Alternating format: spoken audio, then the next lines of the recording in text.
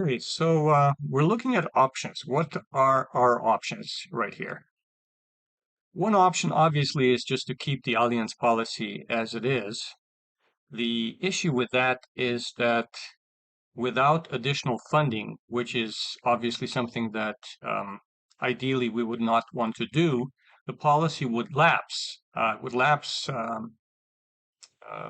quite soon, actually, after a certain income uh, hypothetically is taken out of the policy, which is not a good thing. And so this option is really not very desirable.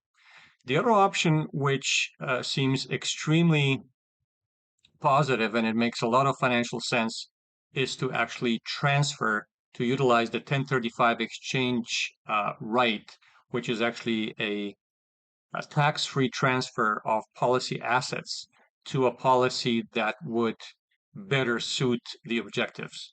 And the policy in question that I'm actually recommending is a Pacific Life policy that has the the long-term care rider.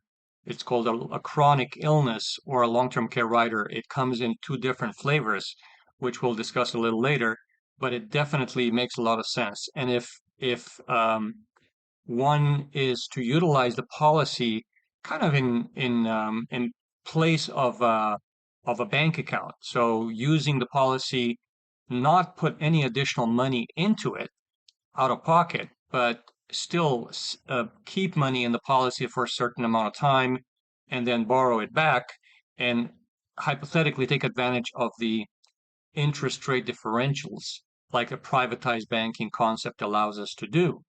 And if doing so, the policy can perform much better, especially in relative terms to the Allianz policy, by doing it because we do have the advantage of a higher average interest rate spread.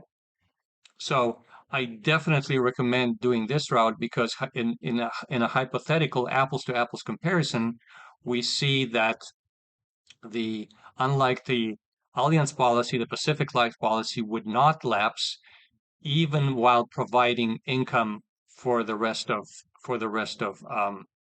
the insured life. So it is definitely a way to go. I highly recommend doing this as soon as possible because any delay is obviously affecting the amount of benefits.